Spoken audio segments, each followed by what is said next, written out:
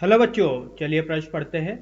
दो radio active पदार्थ ए तथा बी की अर्धायु 20 मिनट तथा 40 मिनट है। प्रारंभ में ए तथा बी में समान मात्रा में नाभिक है।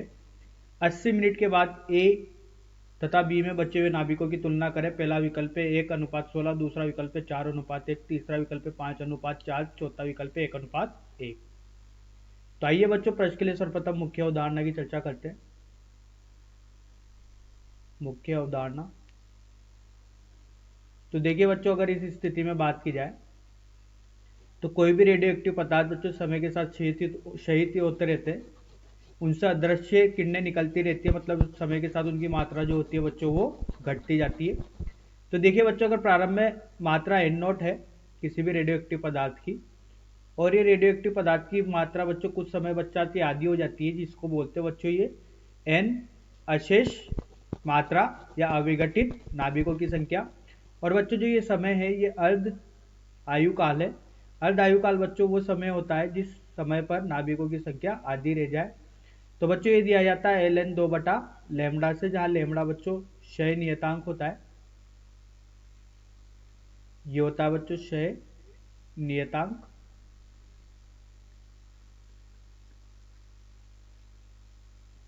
अब देखिए बच्चों, रदरफोर्ड और सोडी ने बच्चों अपने प्रयोगों के आधार पर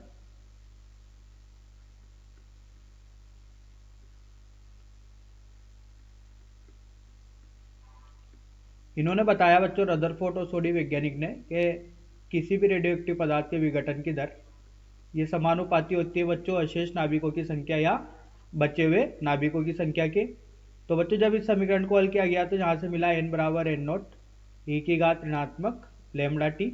एन नॉट बच्चों अशेष नाभिकों की संख्या होती है, अविघटित नाभिकों की संख्या होती है टी समय पर। एन नॉट प्रारंभिक नाभिक होते हैं, और लैम्डा बच्चों क्षय नियतांक होता है। टी समय वो होता है जब किसी भी रेडियो एक्टिव पदार्थों की संख्या उस समय पर होती है या अशेष नाभिक होते हैं। अब देखिए बच्चों, अगर n अर्ध आयु काल गुजर जाते हैं, या इसको बोल सकते हैं n अर्ध आयु की संख्या है। देखिए, हर एक अर्ध आयु बाद बच्चों नाभिक होते हैं उनकी संख्या क्या होती जाती है, आधी होती जाती है। तो यहां पर समीकरण को बच्चों इस तरीके से लिख सकते हैं, n बराबर एन नॉट 1/2 की घात n। n बच्चों अर्ध आयु की संख्या होती है, जिसको लिख सकते हैं t बटा अर्ध आयु। तो आइए बच्चों, इस मुख्य उदाहरण के आधार पर प्रश्न को हल करते हैं। देखिए बच्चों, प्रश्न में बताया गया है कि ए व बी जिनकी अर्धायु तो t 1/2। अगर ए के लिए बात की जाए तो ये बच्चों ये दी गई है 20 मिनट, और बच्चों बी के लिए बात की जाए तो अर्धायु दिया गया है बी का 40 मिनट। तो बच्चों प्रारंभिक नाभिक जो है वो एन नॉट ले लेते हैं, और कुल समय बताया गया है बच्चों टी का मान 80 मिनट दिया गया है। तो देखिए बच्चों, अर्ध आयु की संख्या होता है बच्चों कुल समय बटे अर्ध आयु। तो यहां से अगर एन ए के लिए बात की जाए, अर्ध आयु की संख्या ए के लिए, तो ये होगा टी बटा अर्ध आयु। तो ये टी का मान बच्चों कितना है, 80 है, और अर्ध आयु ए के लिए कितनी है बच्चों, 20। तो यहां से बच्चों इसको हल करने पर कितना मिला, ये मिला 4। मतलब 4 अर्ध आयु बाद ये घटना होगी बच्चों। और बी के लिए बच्चों ये होगा टी बटे अर्ध आयु। तो बी के लिए बच्चों टी का मान कितना है, 80, और अर्ध आयु कितना है बच्चों, 40। तो इसके लिए बच्चों मान आया अर्ध आयु की संख्या 2। तो प्रारंभ में नाभिक बच्चों कितने माने हैं, प्रारंभिक नाभिक माने हैं एन नॉट।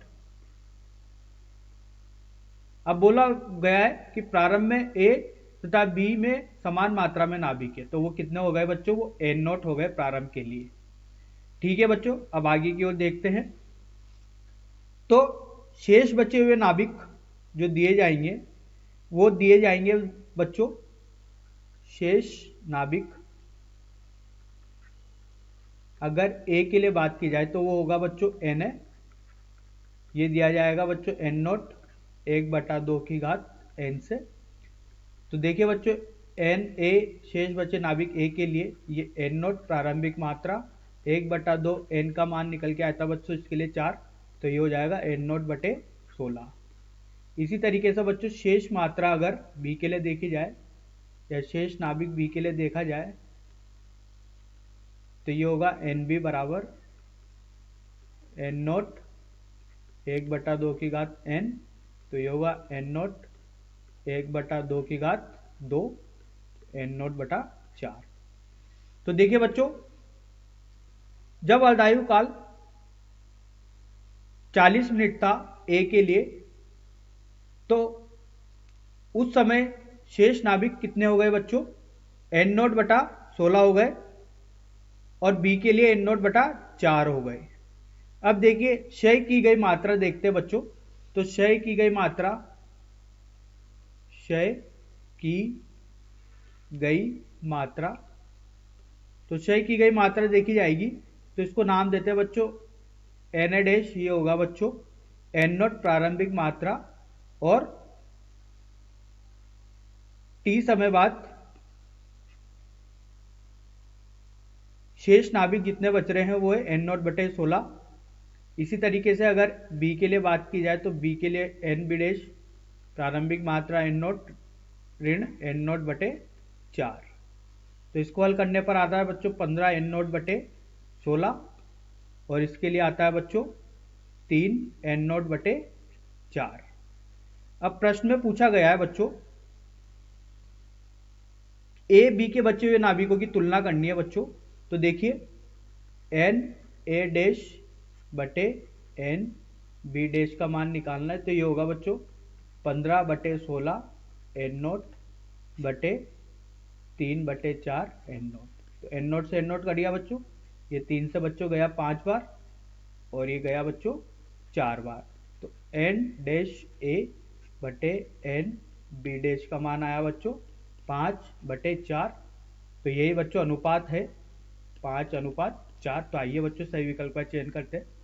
सही विकल्प बच्चों तीसरा विकल्प सही है। आशा करता हूँ आपको यह समझ में आया होगा। धन्यवाद।